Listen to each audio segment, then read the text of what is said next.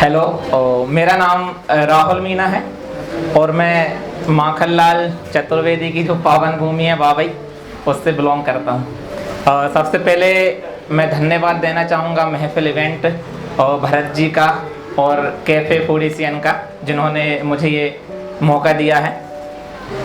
सबने प्यार मोहब्बत की बातें भी की, गाने भी गाए बहुत। तो मैं आपको दो पोएट्री सुनाऊंगा जो एक से रिलेटेड दूसरी है ना। पहले कहानी ये रहेगी कि प्यार किस तरह परवान चढ़ता है और फिर वो किस तरह नीचे उतर जाता है।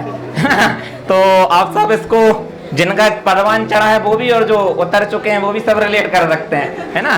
तो अगली जो कविता है वो इस पे है कि प्यार खत्म हो जाता है और जब सामने वाला मना कर देता है कि अब ये हम रिश्ता नहीं निभा पाएंगे, पापा जी मना कर रहे हैं, है ना।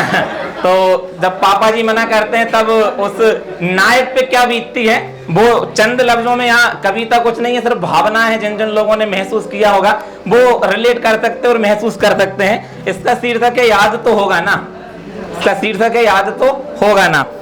ये एक गीत है ना, तरन्नुम में है। ये कविता जो है वो तरन्नुम में है। तो मैं शुरू करता हूं। याद तुझे तो होगा या फिर भूल गई है तू, याद तुझे तो होगा या फिर भूल गई है तू, सपने जो देखे थे उनको भूल गई है तू, सपने जो देखे थे उनको भूल गई है तू, याद तुझे तो होगा।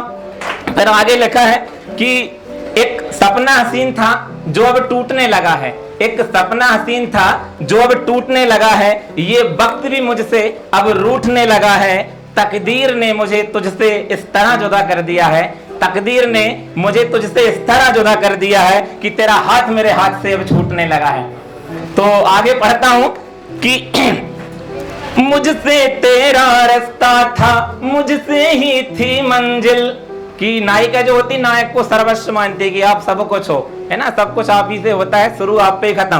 तो उस दौर पे लिखा है कि मुझसे तेरा रास्ता था, मुझसे तेरी मंजिल, मुझसे तेरी कश्ती थी, मुझसे ही था साहिल। और ये आखिरी की पंक्तियों में आपका विशेष ध्यान चाहता हूं, आप अगर जुड़ सके तो मुझे तालियों से जरूर बताएं कि मुझसे तेरी कश्ती थी, मुझसे ही था साहिल, पार लगाने निकले प्रेम की नैया को, और जिनसे पार लगाने निकले प्रेम की नैया को, उन पतवारों को भी क्या अब भूल गई है तू, उन पतवारों को भी क्या अब भूल गई है तू, याद तुझे तो होगा।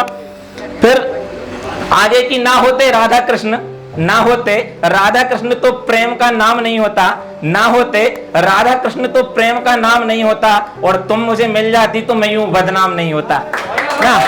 तो आगे पढ़ता हूं कि रोज मिला करते थे हम तुम प्रेम की गलियों में, ये मुलाकातों के दौर पे है कि रोज मिला करते थे हम तुम प्रेम की गलियों में, रोज महक जाते थे गुलशन खिलकर कलियों में, और जिनसे जिनसे सजाने निकले थे हम घर आंगन को, जिनसे सजाने निकले थे हम घर आंगन को, उन फूलों की बेलों को क्या भूल गई है तू, उन फूलों की बेलों को क्या भूल गई है तू, याद तुझे तो होगा।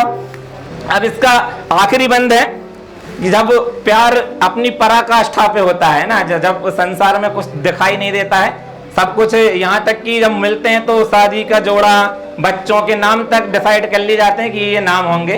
तो उस पे लिखा है, उससे पहले एक शेर और एक शायरी अर्ज करूंगा कि लिखा है कि मुद्दतों बाद आज हमने उसका गुलाब देखा, मुद्दतों बाद आज हमने उसका गुलाब देखा था, हम यादों में खो गए कि किस तरह हमने ख्वाब देखा था, मुद्दतों बाद आज हमने उनका गुलाब देखा था, हम यादों में खो गए कि किस तरह हमने ख्वाब देखा था, और आज जो हमसे यूं नजरें चुरा कर बैठे हैं, आज जो हमसे यूं नजरें चुरा कर बैठे हैं, इन्हें हम बता दें कि इन्हें कल हमने बेहिसाब देखा था।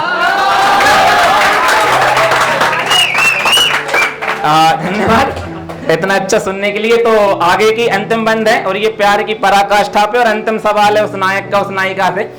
तो लिखा है कि शादी के जोड़े का तूने रंग बताया था, शादी के जोड़े का तूने रंग बताया था, तेरी मांग में जब मैंने सिंदूर सजाया था।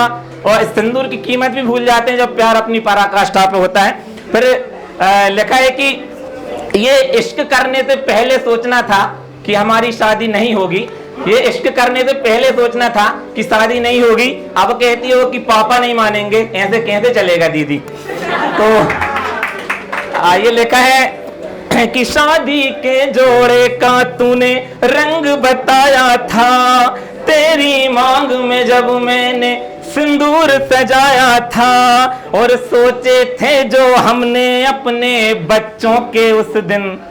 आप जोड़िएगा अपने आप को और मुझे सूचित कीजिएगा अगर सही लिखा है मैंने, कि सोचे थे हमने जो अपने बच्चों के उस दिन, उन नामों को भी क्या अब भूल गई है तू, उन नामों को भी क्या अब भूल गई है तू, याद तुझे तो होगा। Thank you.